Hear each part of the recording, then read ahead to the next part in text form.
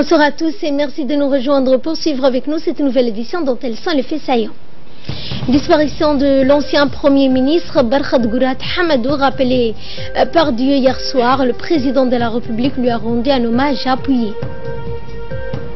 En Syrie, Erdogan affirme que la centre-ville d'Afrine est totalement sous contrôle. Bonsoir à tous. La République de Djibouti est en deuil suite au décès survenu hier en France, à Paris, de l'ancien Premier ministre Barkhad Gourat Hamadou. Il avait été admis d'urgence dans un grand hôpital. Son décès est survenu dans la nuit d'hier à ce matin vers 3 h du matin. Un deuil national a été décrété. Barkhad Gourat Hamadou est mort à l'âge de 88 ans. Nous reviendrons longuement sur l'homme et sa carrière politique, mais indiquons tout d'abord que le président de la République lui a rendu un hommage appuyé. Le président de la République a rendu un hommage à la mémoire de l'homme politique et de l'ami. Les deux hommes ayant travaillé longuement côte à côte, le président de la République a salué l'homme et son combat, soulignant qu'il fut une figure de proue de la scène politique nationale. Dans son vibrant hommage posthume, le président de la République a qualifié feu Barkhad Gourat Hamadou de valeureux serviteur de la nation djiboutienne qui a concouru à l'avènement de notre indépendance nationale. Selon le chef de l'État, il a fait partie d'un cercle restreint d'hommes responsables et politiques qui se sont battus pour la souveraineté du pays, la sauvegarde de l'unité nationale et de la cohésion sociale.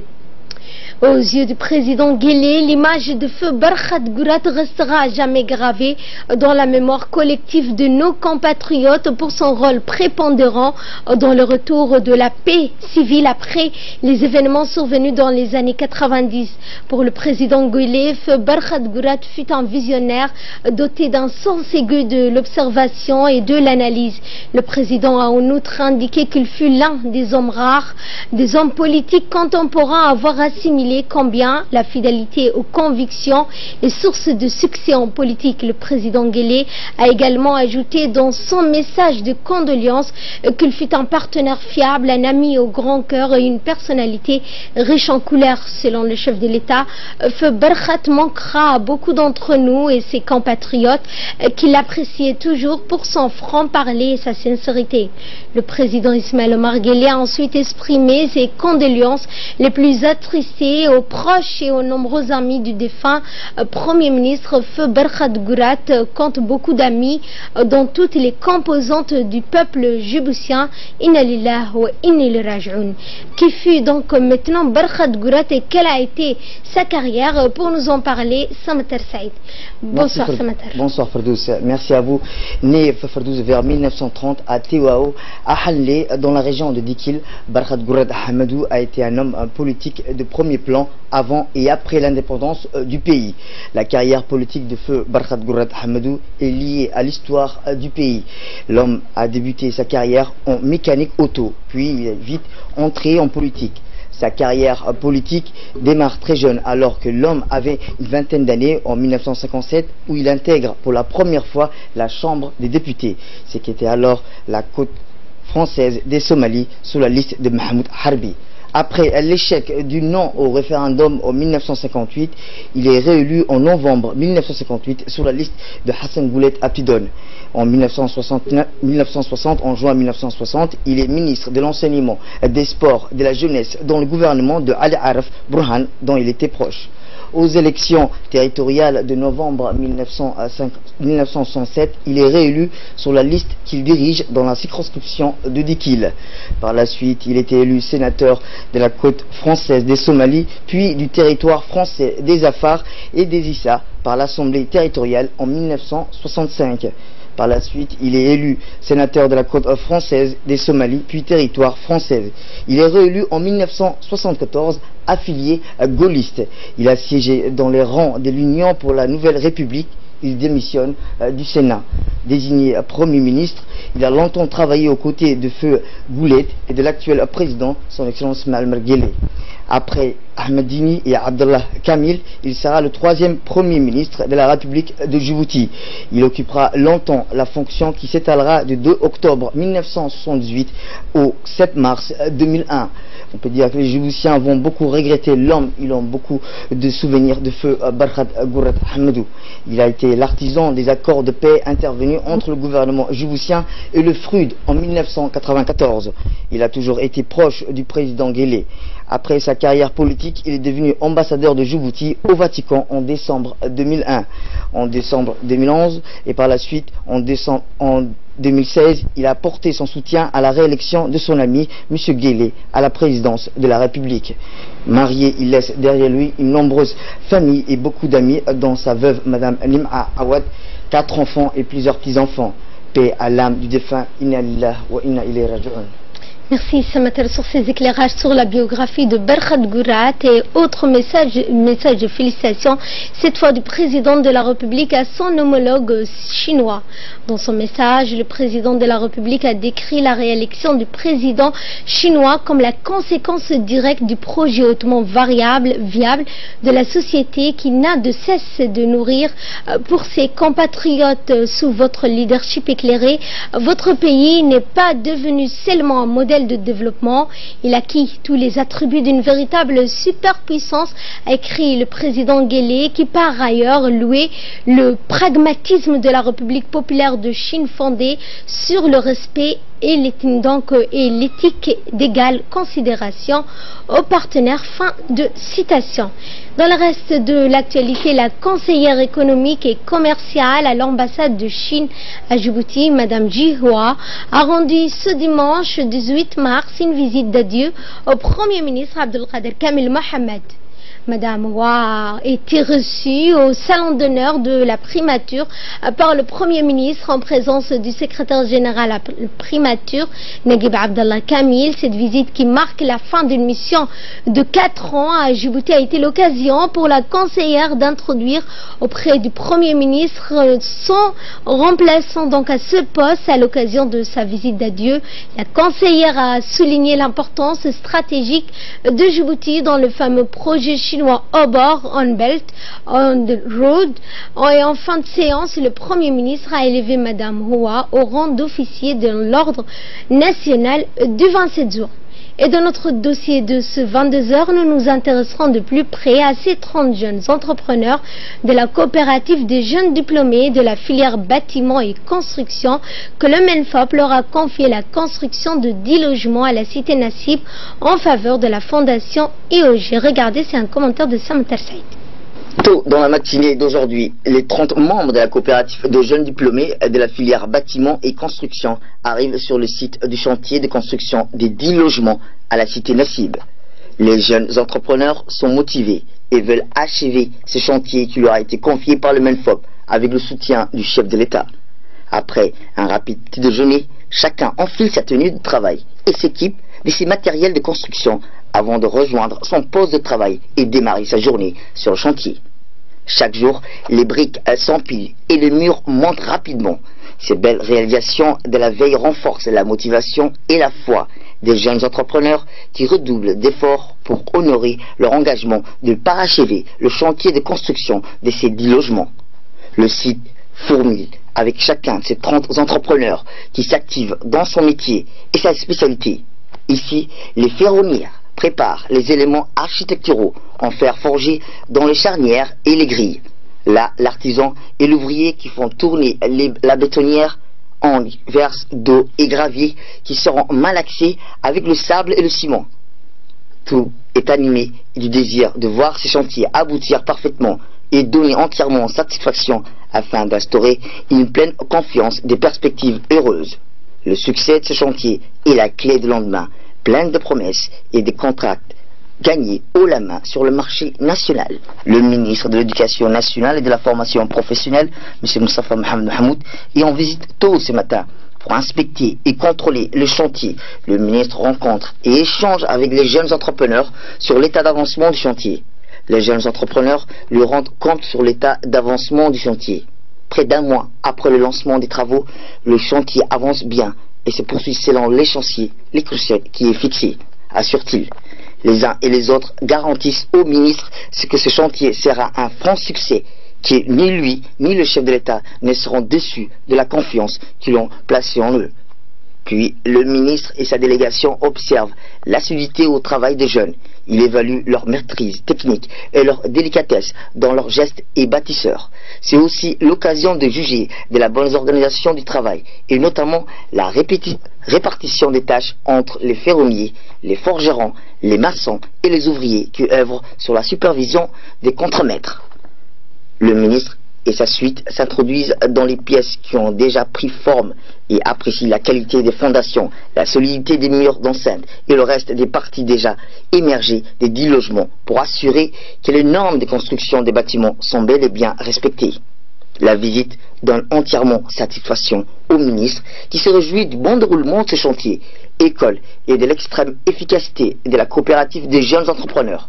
Il leur a renouvelé ses souhaits d'un France réussi dans ce premier chantier qui leur ouvrira la voie vers des contrats conséquents dans le marché national. Le village de Ronda a accueilli la journée de la jeunesse pour l'environnement. Cette initiative soutenue par l'Institut franco-djiboutien et le groupe Koubèche avait pour objectif de sensibiliser notre jeunesse au respect de l'environnement pour encourager les habitants à collecter et trier les déchets recyclables. Un tournoi de football a été organisé au sein de l'école de Ronda. Dans une ferveur digne des grands matchs, les élèves se sont affrontés par équipe de 7 joueurs dans une structure gonflable installée au sein de l'école pour l'occasion. Au cri de joie, les écoliers supporters ont succédé les applaudissements pour féliciter les lauréats du concours organisé par l'équipe pédagogique de l'école. Les élèves ont présenté une 50aine d'œuvres réalisées à partir de déchets collectés dans le village. Original et toujours très créatif, ces réalisations témoignent des préoccupations des jeunes habitants dont certains ont ensuite installé des mini-panneaux solaires pour éclairer leur ville. La soirée fut donc animée par l'IFD qui a dépêché une équipe complète pour installer un écran géant gonflable. On va faire en sorte que ça ne soit pas qu'une journée. On reviendra et à chaque fois on dotera l'école, le village de différentes formes d'aide pour continuer à faire résonner cette journée longtemps. Aujourd'hui, tout n'est pas un déchet. Bien sûr, le PET va être ramené, recyclé. Donc, ça peut être des casquettes, des stylos, des t-shirts. Nous allons valoriser ces déchets et les ramener en Ronda. Nous allons aussi laisser une banque de recyclage pour que les enfants continuent à faire le tri et apprennent que tout n'est pas déchet. Dans le cadre du partenariat entre le secrétariat d'État chargé des affaires sociales et l'UNICEF, une cérémonie de signature du document de coopération pour les 2 années à venir a été signée ce matin entre la secrétaire d'État aux affaires sociales, Mouna Asman, et la représentante résidente de l'UNICEF à Djibouti. Parmi les axes d'intervention de la coopération, l'UNICEF figure notamment le renforcement des capacités des travailleurs sociaux de proximité officiant dans les guichets sociaux, l'appui technique pour le ministère, l'échange d'expériences. Les 2 responsables n'ont pas manqué de souligner l'importance que revêt ce partenariat en faveur du renforcement de la résilience des populations vulnérables. Démarrer cette année notre nouveau programme de collaboration avec le gouvernement de Djibouti pour la période 2018-2022. Et un accès très important a été mis sur la question des populations les plus vulnérables, dont votre département a une grande responsabilité au niveau des actions relatives à la solidarité et la protection sociale. Donc nous sommes ravis aujourd'hui de signer ce partenariat avec vous qui va donc mettre en exergue des activités autour du renforcement des capacités des acteurs sociaux, parce que comme nous le savons, ces acteurs sociaux et ces travailleurs sociaux sont les personnes qui sont en contact direct au quotidien avec les populations les plus vulnérables, et pour nous à l'UNICEF il est effectivement très important cette proximité s'aligne aussi avec des capacités qui pourront s'assurer que les personnes les plus vulnérables et notamment les enfants puissent aussi subvenir aux différents différents besoins et à tous les services que votre département met en œuvre pour ces populations. Et c'est aussi une opportunité pour nous pour vous féliciter, Madame la Ministre, ainsi que le gouvernement de Djibouti pour toutes les actions qui sont menées en ce moment en faveur des personnes vulnérables et surtout les enfants. Et la secrétaire d'État aux Affaires sociales a remercié l'UNICEF pour son constant soutien. Nous l'écoutons. Je voudrais d'abord présenter au nom du gouvernement de Djibouti, au nom du secrétariat d'État aux Affaires sociales, nos remerciements pour l'accord de partenariat, le plan d'action de l'année, qui est signé entre nos deux institutions pour la mise en œuvre des activités en charge des affaires sociales, je dirais de façon globale. Suite à la présentation et à l'élaboration de la stratégie des 5 années à venir du ministère, nous avons pu formuler des interventions qui vont avoir trait à renforcer nos actions envers les populations vulnérables et notamment les enfants. Et c'est dans ce cadre-là que le partenariat vient d'être signé. C'est un financement sur 3 années qui va autour de 260 000 $ à peu près et qui a différents niveaux d'intervention, notamment le renforcement de capacité, l'accompagnement et l'appui technique pour le ministère et les différents échanges d'expériences que nous pouvons avoir avec les pays voisins. L'UNICEF est un partenaire habituel pour la lutte contre la pauvreté de façon générale. Le ministère des Affaires sociales a eu une collaboration assez conséquente durant ces dernières années avec l'UNICEF et aujourd'hui ce financement témoigne encore plus des différents engagements qui ont été conduits et finis avec l'UNICEF.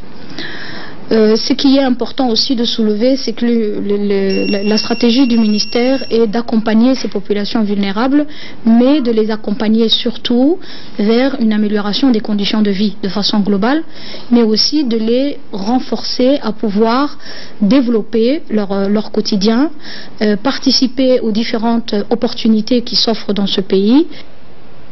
Dans le cadre de la réforme de l'administration, le secrétariat exécutif en charge de la réforme administrative a clôturé une formation d'1 semaine.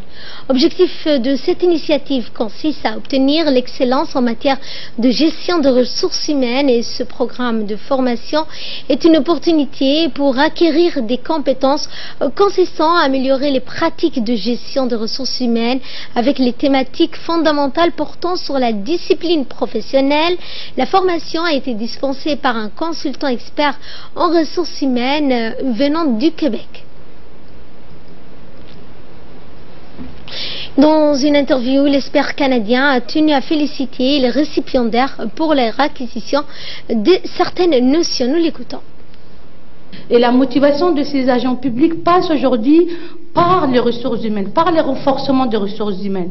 Je pense qu'à l'issue de cette formation, je pense que vous faisiez déjà dans votre quotidien, mais je pense qu'à l'issue de ces formations, vous avez vu les tenants et les aboutissements au-delà de vos missions respectives. C'est que je peux dire que la collaboration que le gouvernement a avec l'ENAP est une collaboration assez étroite, assez enrichissante, tantôt sur le point de vue organisationnel et structurel, mais aussi du point de vue de partage d'expérience. Aujourd'hui, les pays comme le Canada fait partie de ces pays où la bonne gouvernance administrative passe avant tout. Et le modèle djiboutien a peut-être ses spécificités, mais c'est une spécificité qui répond aux attentes de la population djiboutienne avec ces mentalités-là.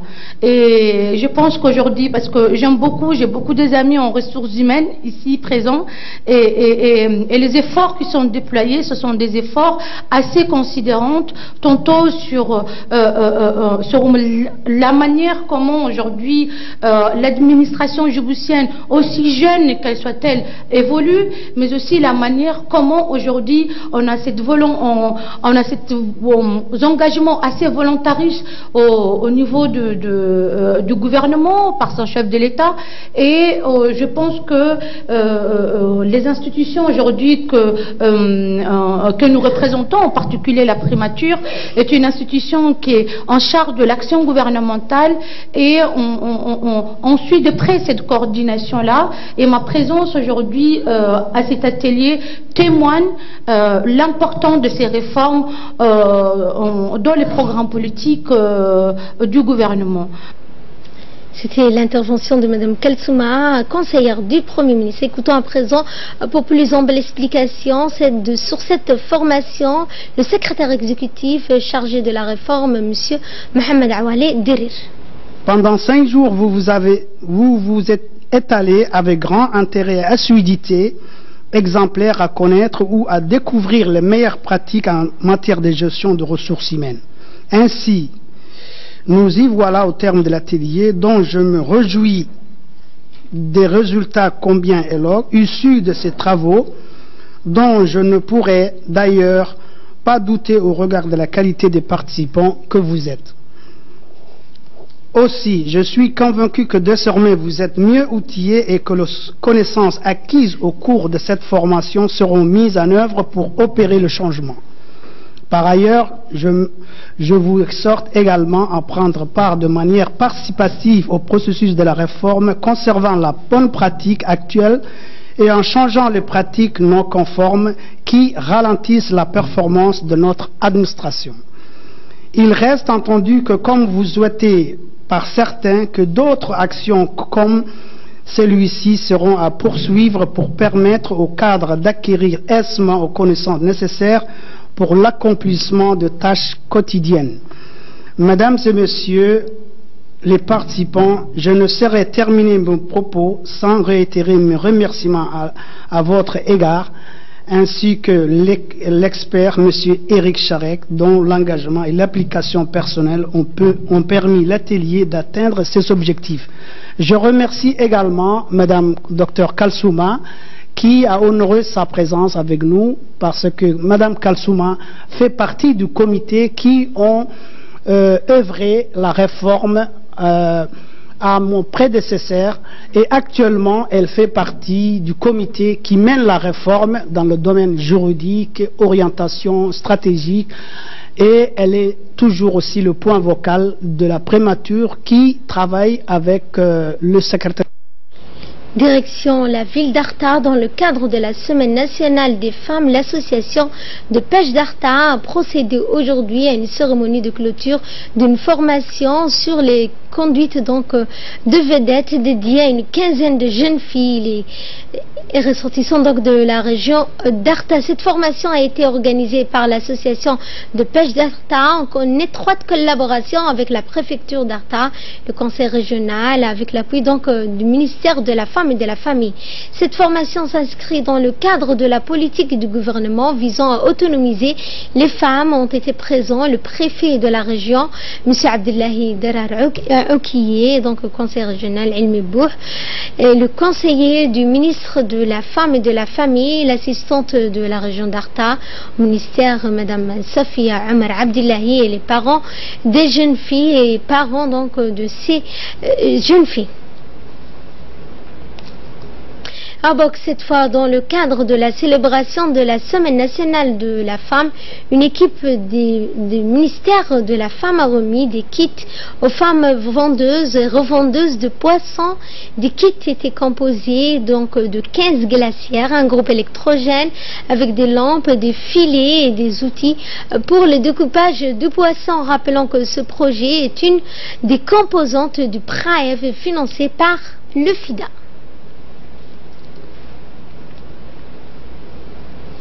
À Dikil, cette fois, l'association Caravane de développement de Gobad, en collaboration avec ses partenaires techniques, à savoir SOS Sahel International, le Conseil régional de Dikil ont organisé une formation dans le cadre de la mise en œuvre des activités du projet d'appui à la dynamique locale pour améliorer l'accès à l'eau potable et l'hygiène dans ces sous-préfectures Alisabie, Aliadé, Yoboki, Rwanda. Objectif étant de responsabiliser tous les acteurs impliqués dans le processus de mise en œuvre des activités du projet d'accès à l'eau potable réalisé donc dans les régions avec leur participation.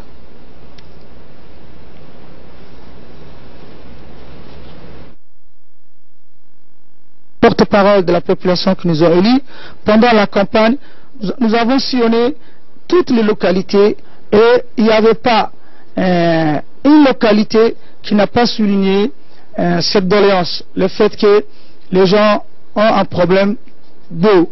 Donc c'est en partant de cette optique que nous allons voulu ce matin, ici, au sein de notre institution, qui est le Conseil régional, la totalité, je dis la totalité de tous les élus de la région de l'unité sont présents.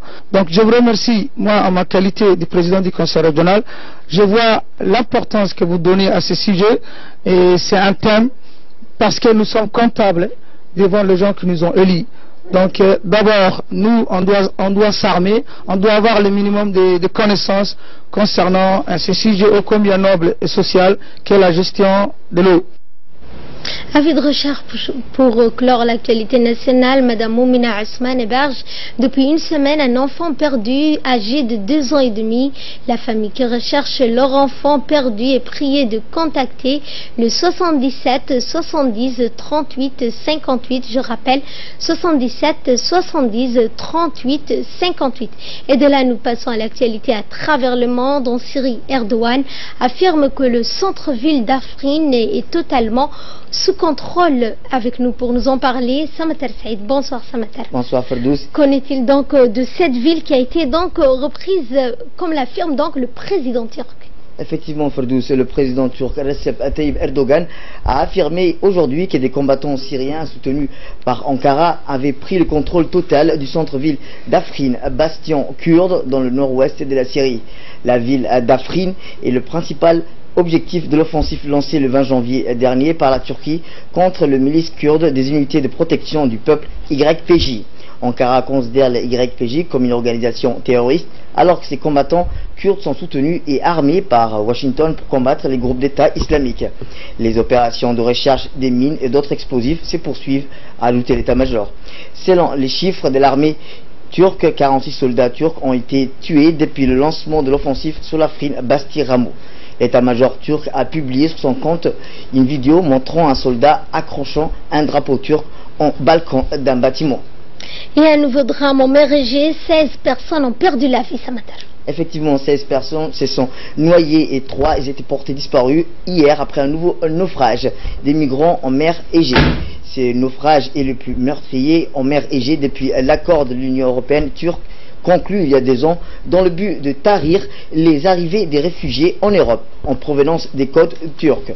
16 corps, dont ceux de 6 enfants, ont été repêchés au large de l'île Antagnousie dans le sud-est de la mer Égée. La police portuaire a chiffré 3 disparus et sur la base récitée sur leur escape.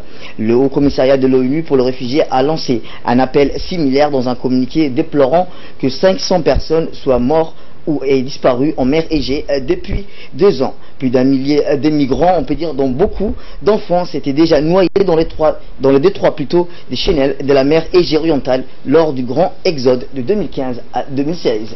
Merci Samatel pour ces explications. Merci à vous de nous avoir suivis. Excellente soirée à toutes et à tous.